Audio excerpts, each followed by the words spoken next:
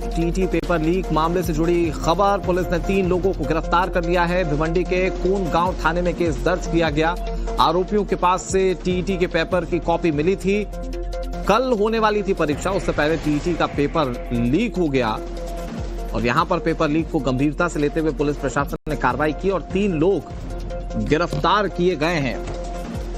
ये paper leak देश के लिए एक बड़ा नासूर बना हुआ है और ऐसे में जिस भी जगह का ये मामला होता है वहां की सरकार एक्टिव हो जाती है। अगर केंद्र के अंतर्गत आता है मामला तो केंद्र सरकार की ओर से भी बड़ी कार्रवाई की जाती है। फिलहाल यहां पर कार्रवाई करते हुए 3 आरोपी गिरफ्तार हो गए। अतुल हमारे सहयोगी इस खबर पर ज्यादा जानकारी के साथ जुड़ गए। अतुल, कल पेपर लीक होने की बात सामने आई थी, पेपर कल होना था और 3 लोगों की गिरफ्तारी हो गई है।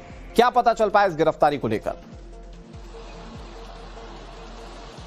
जी देखिए, इस मामले की जानकारी महाराष्ट्र स्टेट जो एग्जामिनेशन परिषद है पुणे की, वो उसको इसके बारे में जानकारी मिली थी कि एक जो शख्स भिवंडी में रहता है ठाणे के, उसके पास ये पेपर की एग्जैक्ट कॉपी मिली है जो 28 तारीख को होने वाली थी, 28 जून को। और उसके पास जो है जानकारी मिलने के बाद उन्होंने भिवंडी पुलिस स्टेशन में इसकी जानकारी दी, तो भिवंडी पुलिस के जरिए जो है उस शख्स को पकड़ा गया और जब उससे पूछताछ की गई तो 2 और शख्सों के बारे में जो है बारे में पता चला जिनके पास सेम वही पेपर की कॉपी थी जो 28 जून को आने वाली थी। तो अभी तक 3 लोगों को गिरफ्तार किया गया है। कोनगांव पुलिस स्टेशन में मामला दर्ज किया गया है और अब इन तीनों से पूछताछ करके पुलिस उस नेक्सस को खंगालने की कोशिश कर रही है, जानने की कोशिश कर रही है कि इसका पैटर्न क्या है, ये जो पेपर लीक हुआ है इसमें और कितने लोग शामिल हैं और इसका जो रूट है जिससे ये पेपर लीक हुआ है उसको जो है खंगालने की कोशिश कर रहे हैं। लेकिन कहीं ना कहीं ये जो पेपर लीक का मामला है, आप चाहे नीट का ही मामला देख लीजिए, इस मामले में कुल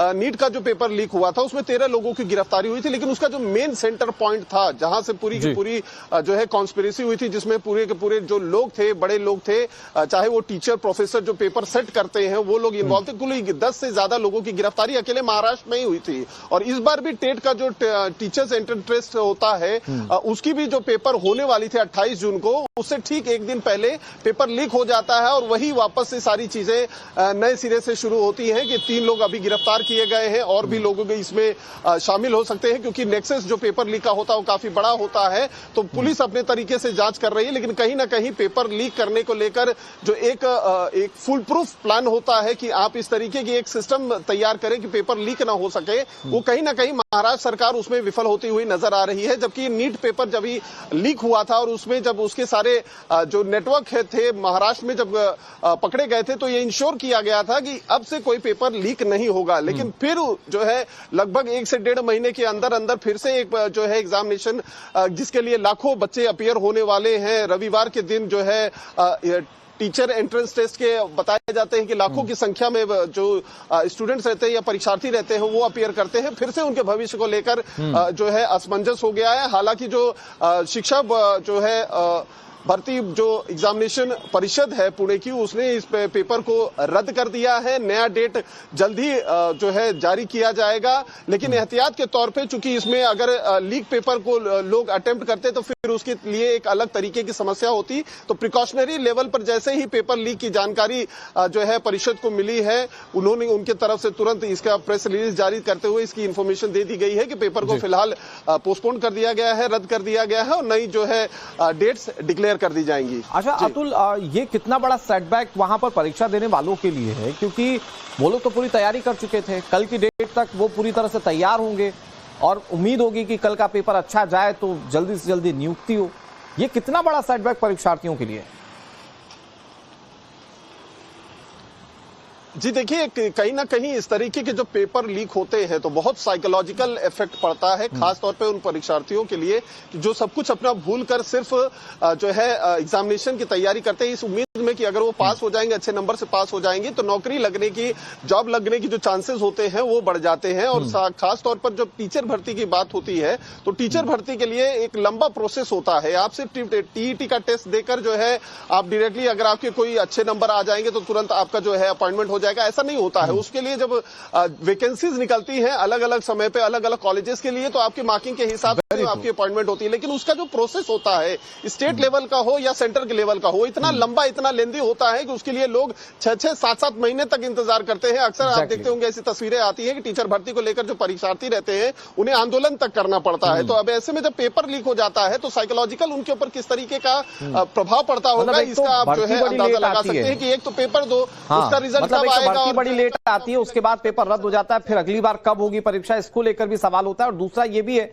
कि मान लीजिए कि ये तो पता चल गया कि पेपर लीक हुआ था, पेपर लीक का पता नहीं चलता और पेपर लीक हो जाता, तो लोगों के मन में संशय रहता है कि भाई हम जो एग्जाम दे रहे हैं उसमें क्या फेयर इनफ सिलेक्शन हो रहा है। इस तरह की घटनाएं ये सवाल पूछने पर लोगों को मजबूर कर देती हैं। अतुल, एक बार फिर से आपका रुख करेंगे। शिवसेना यूबीटी ने पेपर लीक को लेकर बीजेपी सरकार पर कैसे निशाना साधा, वो सुनाते हैं। अंबादास दानवे क्या कह रहे हैं, एक बार सुनिए जरा। इस प्रकार सीईटी का पेपर लीक हुआ है, महाराष्ट्र नीट का भी पेपर लीकेज का केंद्र स्थान रहा है, उससे भी सरकार ने अनुभव नहीं लिया। जो टीईटी के एग्जाम वैसा देखा जाए तो बहुत छोटी एग्जाम है, उसमें भी महाराष्ट्र का सरकार पास नहीं हुआ। जो शिक्षक ये टीईटी देती है वो शिक्षकों की ही ये टीईटी, मैं समझता हूँ उसका पेपर लीक होना बड़ी महाराष्ट्र सरकार की बेइज्जती इसके माध्यम से हुई है।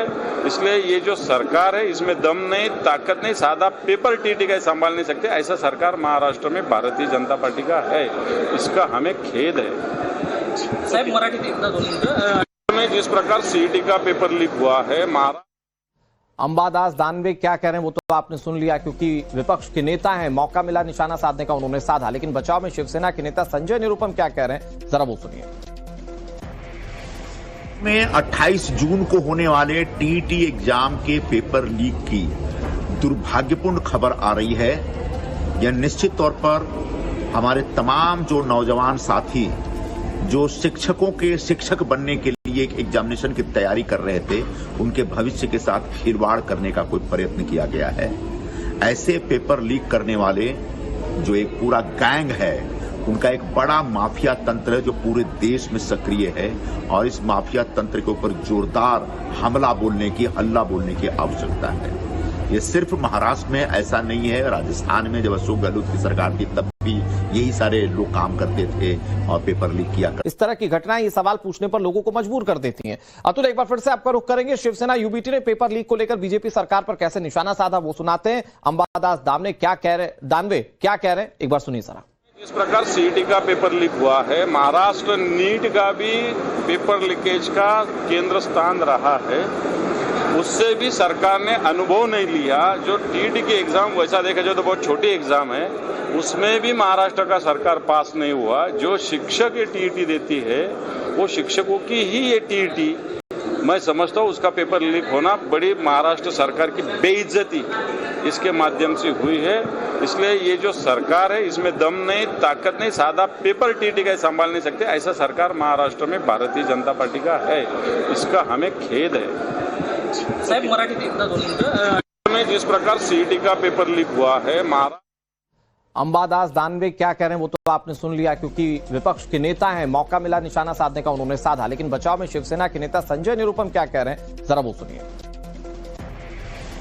में 28 जून को होने वाले टीईटी एग्जाम के पेपर लीक की दुर्भाग्यपूर्ण खबर आ रही है। यह निश्चित तौर पर हमारे तमाम जो नौजवान साथी जो शिक्षकों के शिक्षक बनने के लिए एक एग्जामिनेशन की तैयारी कर रहे थे, उनके भविष्य के साथ खिलवाड़ करने का कोई प्रयत्न किया गया है।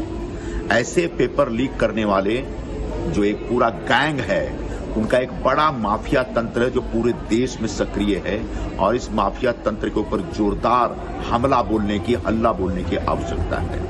ये सिर्फ महाराष्ट्र में ऐसा नहीं है, राजस्थान में जब अशोक गहलोत की सरकार थी तब भी यही सारे लोग काम करते थे और पेपर लीक किया